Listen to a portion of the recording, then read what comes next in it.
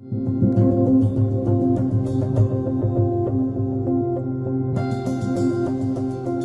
name is Dr. Antony Levatino. I'm a practicing obstetrician-gynecologist, and I performed over 1,200 abortions. Today I'm going to describe a first trimester medical abortion.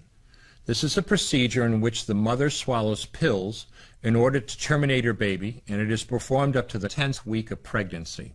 The procedure involves 2 steps. Step 1. At the abortion clinic or doctor's office, the woman takes pills which contain mifepristone, also called RU46. RU46 blocks the action of a hormone called progesterone. Progesterone is naturally produced in the mother's body to stabilize the lining of the uterus. When RU46 blocks progesterone, the lining of the mother's uterus breaks down, cutting off blood and nourishment to the baby, who then dies inside the mother's womb.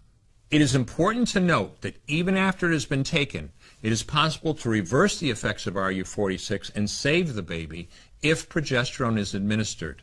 The sooner, the better. Step 2.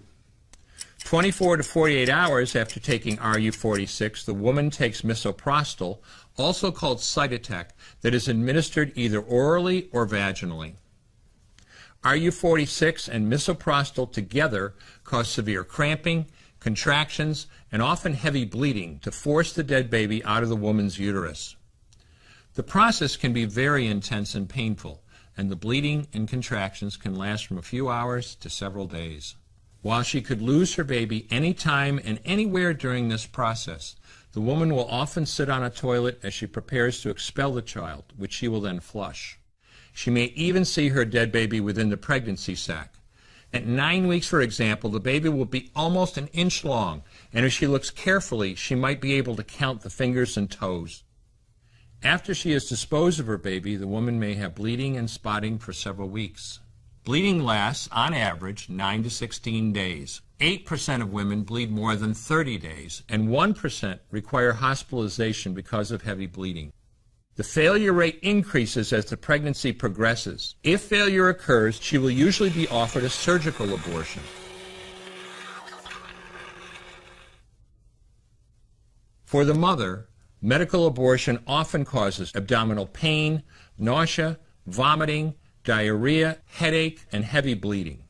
Maternal deaths have occurred, most frequently due to infection and undiagnosed ectopic pregnancy.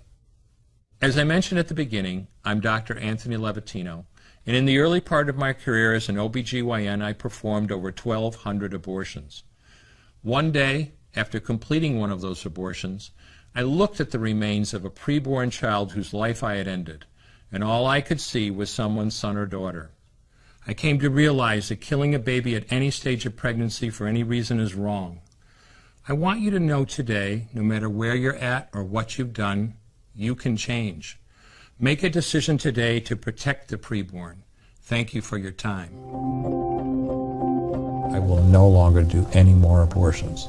When you finally figure out that killing a baby that big for money is wrong, that it doesn't take you too long to figure out it doesn't matter if the baby is this big or this big or this big or maybe even this big, it's all the same.